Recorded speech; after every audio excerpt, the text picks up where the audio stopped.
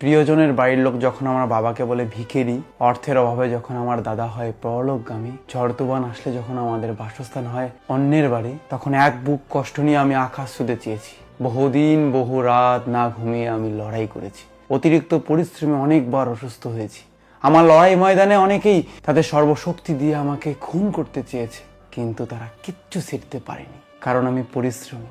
আমি এক সমুদ্র পরিশ্রম করে সফলতাকে জড়িয়ে ধরেছি। হ্যাঁ, আমি আকাশ ছুঁতে পেরেছি। আমি প্রমাণ করেছি আমার বাবা নয় ভিখারি। আমার পরিবারে আর কেউ হবে না অর্থের অভাবে পরলোকগামী। আমি তোমার থেকেও পেয়েছি এক প্রিয় নারী, যার অপূর্ব রূপ আর মিষ্টি হাসি আমার কাছে অনেক দামি। আমি তাকে বিয়ে করেছি, আর আজকে আমরা অনেক সুখী। তবে আমি অতীতকে ভুলিনি। অতীতে ছিলাম অসহায় আমি, তাই অসহায় মানুষদের বন্ধু ভাবে। নিজের মধ্যে খারাপ দিকগুলোকে খুন করে হতে চাই সম্মানী। আমি হাজারো আমার মতো গরিব ছেলেদের মনে দিতে চাই এক শক্তি, যে শক্তি তাদেরকে করবে পরিশ্রমী। আর তুমি পরিশ্রমী হলে সফলতা নিজেই তোমাকে বলবে আমি তোমাকে ভালোবাসি। 100% ভাই, মায়ের বিদ্যা বলুন।